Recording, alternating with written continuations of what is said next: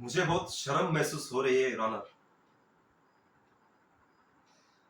कि हमारे इस महान देश में हर लड़की किसी ना किसी प्रकार बचपन से लेकर युवा अवस्था तक एक बार प्रताड़ित होती है, वो भी मानसिक या शारीरिक रूप से।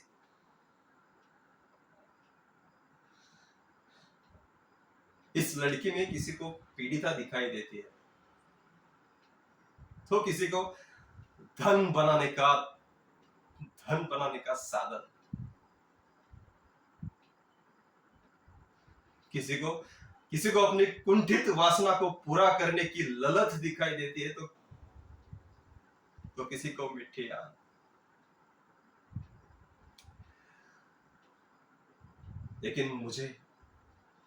लेकिन मुझे इस लड़की में रौद्रकाली मां दिखाई देती है। रौद्रकाली मां, हाँ यूरोनर, क्योंकि इस लड़की ने अन्याय के विरुद्ध आवाज उठाई है।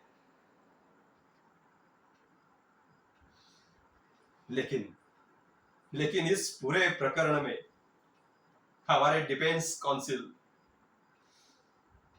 इनको सिर्फ घुमा फिरा कर धर्म धर्म धर्म धर्म को जोड़ रहे हैं। धर्म से बढ़कर कोई नहीं।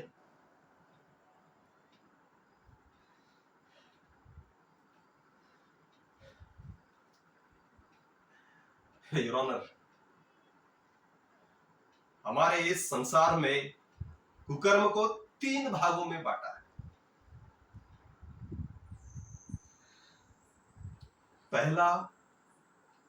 पहला जो पाप है वो जाने अनजाने किसी भी व्यक्ति से अगर हो जाए तो उसका निवारण प्रायश्चित करके किया जा सकता है। जो दूसरा है वो है अति पाप, जिसमें खून, अपहरण, हाँ, लेकिन इसमें भी कुछ हद तक माफी मिलती है।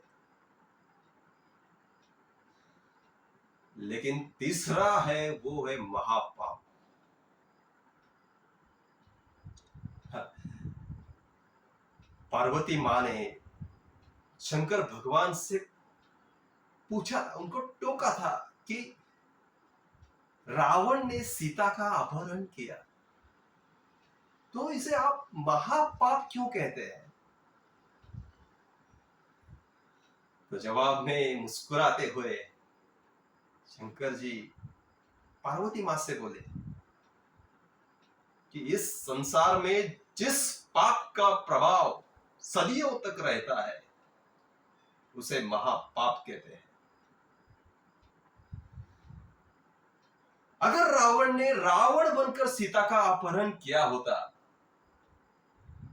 तो कुछ हद तक उनको माफ किया जा सकता था।